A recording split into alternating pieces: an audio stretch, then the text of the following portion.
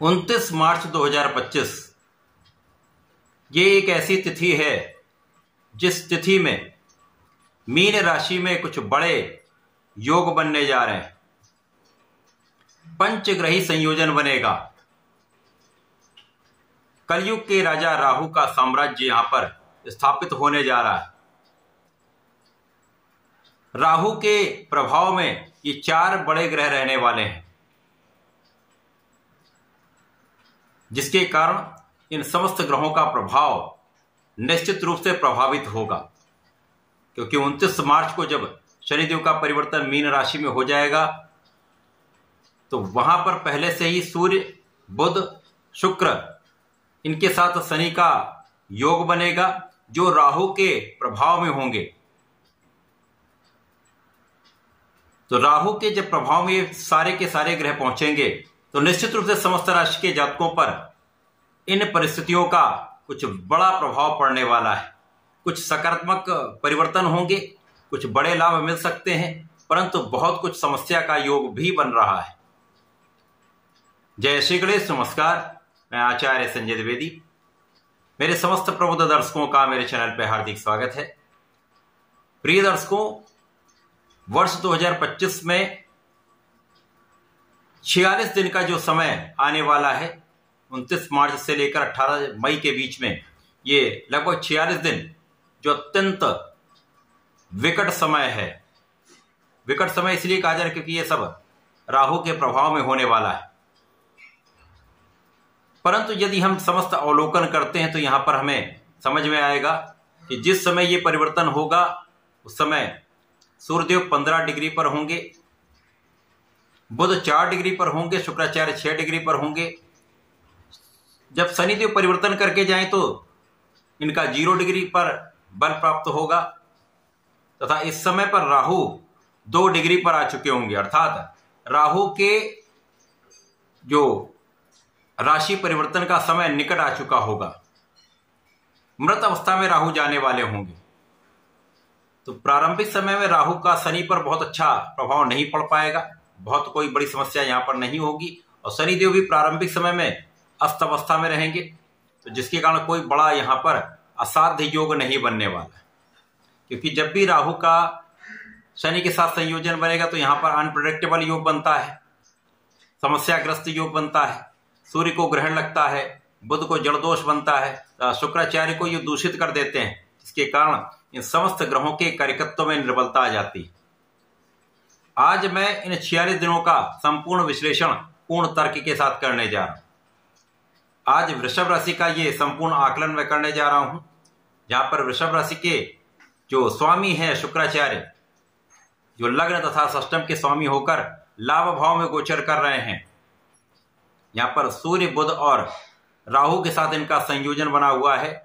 जब शनिदेव यहां पर पहुंच जाएंगे तो पंचग्रही योग आपके एकादश भाव में बन जाएगा। अब कुंडली का एकादश भाव एकमात्र ऐसा भाव है जहां पर समस्त ग्रह एक अच्छा प्रभाव देते हैं, चाहे वो सकारात्मक ग्रह हो अथवा वो नकारात्मक ग्रह हो। तो यहां पर राहु की क्रूरता का प्रभाव भी कम होगा, क्योंकि ये मित्र की राशि है, शुक्राचार्य की राशि है, और यहां पर शुक्राचार्य उच्च राशि में है। वृषभ राशि राहु की उच्च राशि है, जिसके कारण महायोग बनेगा। इस समय में निश्चित रूप से आपके अचानक लाभ के योग बनेंगे। इस समय में लग्न जो है वो कुछ यहां पर प्रभावित अवश्य होगी, जिसके कारण मन कुछ भ्रमित हो सकता है। जो डिसीजन का पार्ट है वो कहीं ना कहीं यहां पर इन्फ्लुएंस होगा औरों के कारण। जो बाहरी व्यक्ति हैं, घर से बाहर के लोग हैं, उनसे आपके निर्णयों में कहीं ना कहीं समस्या आ सकती है। अतः इस समय में आप अपने ऊपर पूर्ण विश्वास रखें। यहां पर स्वयंभू आपको बनना होगा। किसी और पर विश्वास न करके अपने मन पर, अपने बुद्धि पर, अपने आत्मबल पर आप पूर्ण भरोसा कर सकते हैं। उसके बल पर आप आगे चलें तो किसी प्रकार की कोई बड़ी समस्या नहीं हो, तो भटकाव आपका कम हो जाएगा। अब सूर्यदेव जब ये परिवर्तन होगा उस समय 15 डिग्री पर होंगे तो सूर्यदेव बलवान हो चुके होंगे तथा उच्चाभिलाषी होंगे। उच्च राशि की ओर उनका गमन प्रारंभ हो चुका होगा। तो बुध की नकारात्मकता भी यहां पर कम होगी। शुक्र का जो दूषित प्रभाव है वो भी कम होगा। तथा राहु और सूर्य में एक लंबा गैप हो चुका होगा, जिसके कारण सूर्य का संपूर्ण प्रभाव यहां पर प्राप्त होगा। अब सूर्य यहां पर सुख भाव के स्वामी है, शनिदेव यहां पर भाग्य और कर्म के स्वामी होकर गोचर करेंगे। तो प्रारंभिक समय में शनि का कोई बड़ा प्रभाव नहीं प्राप्त होगा, लेकिन इस समय में निश्चित रूप से आपके ज्ञान के भाव में विशिष्टता आएगी। शिक्षा में एक अच्छी सफलता आप प्राप्त कर सकते हैं, परंतु यहां पर ध्यान देना होगा, मन के भटकाव से आपको बचना होगा। अपने आत्मबल को प्रबल करके यदि आप किसी भी कार्य को ठान लेंगे तो उस कार्य में आपको संपूर्ण सफलता प्राप्त होगी, यहां पर कोई संदेह नहीं। जो लोग प्रतियोगिता परीक्षा की तैयारी कर रहे हैं, सरकारी नौकरी के प्रयास में हैं, तो ये 46 दिन का समय आपके एक मार्ग को बनाने वाला होगा। ये वर्ष आपको सरकारी नौकरी के प्रयास में संपूर्ण सफलता देगा, परंतु उसका फाउंडेशन यहां 46 दिनों में बन सकता है, तो प्रयास आपको करना होगा। संतान पक्ष यहां पर बलवान रहेगा, यद्यपि यहां पर कुछ स्वास्थ्य समस्याएं संतान की ओर से हो सकती हैं, तो संतान के स्वास्थ्य का ध्यान रखेंगे। संतान के शिक्षा के कारण कुछ आपको तनाव हो सकता है, परंतु यहां पर संतान से आपको सुख ही प्राप्त होगा, कोई बहुत बड़ा कष्ट यहां पर नहीं है। अब यहां पर आपको ध्यान कहां देना है? जब मन का भटकाव होता तो जो जातक प्रेम संबंधों में है अथवा जिनके अंदर एक आकर्षण का प्रवृत्ति बढ़ जाती है, उनके लिए समस्या का समय यहां पर प्रारंभ हो चुका है। इसमें निश्चित रूप से आपके दूसरे के प्रति आकर्षण के कारण अथवा प्रेम संबंधों के कारण अपयश का योग बनेगा, समस्याओं का योग बनेगा, कानूनी समस्याएं भी यहां पर हो सकती हैं। अतः यहां पर आपको बहुत सावधान और इन विवादों से बचने के लिए इन संबंधों से दूर ही रहना आपके लिए श्रेयस्कर होगा। जैसे जैसे ये समय आगे बढ़ेगा, मार्च से अप्रैल आएगा, तो मंगल भी एक अच्छी स्थिति में आ जाएंगे। आपका पराक्रम बहुत अच्छा हो जाएगा, आपके परिश्रम का संपूर्ण लाभ आप ले पाएंगे, आपके भाग्य का आपको साथ मिलेगा, तथा राहु का प्रभाव यहां पर और निर्बल होने लगेगा। तो जैसा अभी आप देखेंगे कि ये एक पैशाचिक योग बन रहा है, ये प्रलंकारी योग बन रहा है, यहां पर सब कुछ समाप्त हो जाएगा, बहुत कुछ नकारात्मकता प्राप्त होगी। इसीलिए मैं ये पूर्ण रूप से तार्किक विश्लेषण कर रहा हूं कि किस प्रकार से ये समय आपका बीतने वाला है। यहां पर राहु पीछे की ओर बढ़ते हैं, सदा ही इनका गमन बैकवर्ड होता है, वक्री रहते हैं। बाकी सब ग्रह लगभग आगे की ओर ही मूवमेंट करते हैं। इन 46 दिनों में शुक्राचार्य और बुध यहां पर वक्री भी होंगे, मार्गी भी होंगे।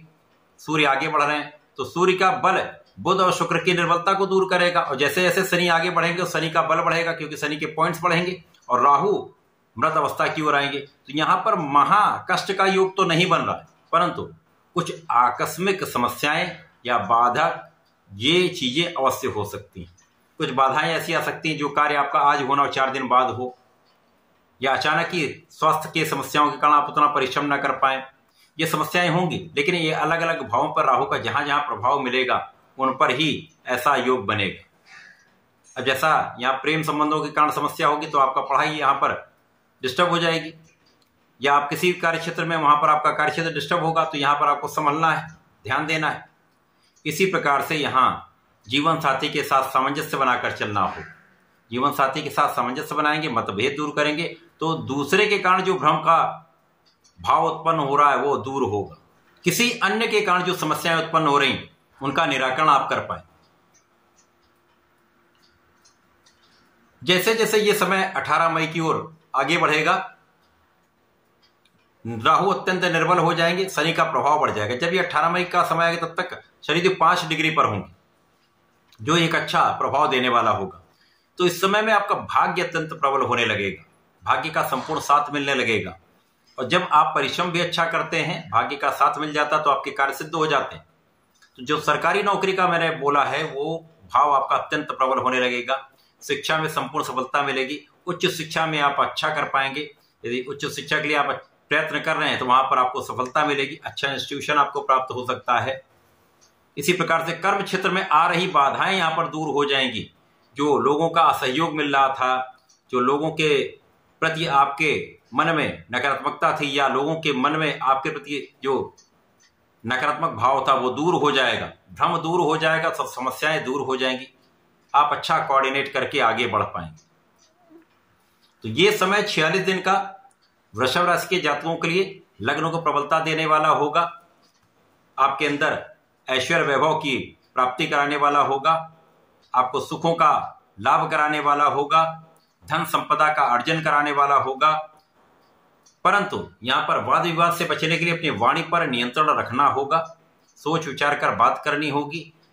किसी भी बड़े निर्णय पर जाने से पहले अच्छे से उसके बारे में सोच लें, सलाह ले लें, तब आप जाकर उस पर निर्णय कर सकते हैं। यदि आप इस प्रकार से इस समय का उपयोग करेंगे तो समस्याएं कम से कम होंगी, आपका लाभ निश्चित रूप से बढ़ेगा, क्योंकि यहां पर राहु भी अचानक आपको बड़ा लाभ देंगे, यहां पर कोई संदेह नहीं। यहां पर स्वार्थी मित्रों से बचेंगे, यहां पर